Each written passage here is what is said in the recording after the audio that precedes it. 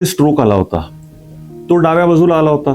याचा अर्थ उजव्या मेंदूतली कुठली तरी रक्तवाहिनी खराब झाली, कारण उजवा मेंदू डाव्या हातापायाला ताकद देतोय, तुला पण माहिती आहे. आता पण त्याच बाजूला स्ट्रोक आलाय, याचा अर्थ कुठली तरी रक्तवाहिनी नक्कीच खराब आहे, त्यात काही शंका नाहीये. आणि तू अशी चालढकल करू नको राजा, काहीतरी मेजर प्रॉब्लेम उद्या नशिबाने तो सुधारला, समजा पूर्ण पॅरालिसिस झाला तर काय होईल राजा?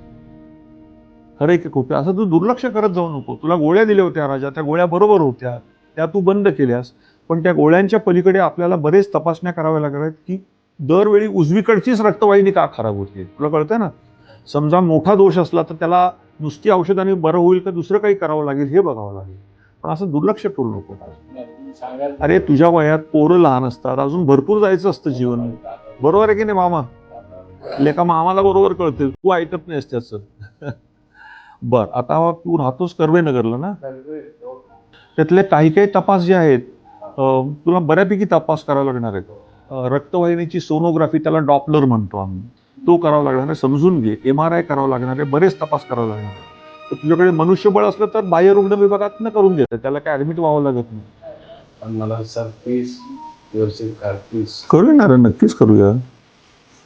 तुझे कधी ब्लड टेस्ट झाल्यात रिसेंटली? प्लीज कुठलाच त्रास आहे. अरे त्रास नाही, पण 50शी आलास ब्लड टेस्ट. त्रास काय नाही, तुला एकदा स्ट्रोक येऊन बसलाय, लकवा आलेला आहे, मग तपास करायला नको का मित्रा?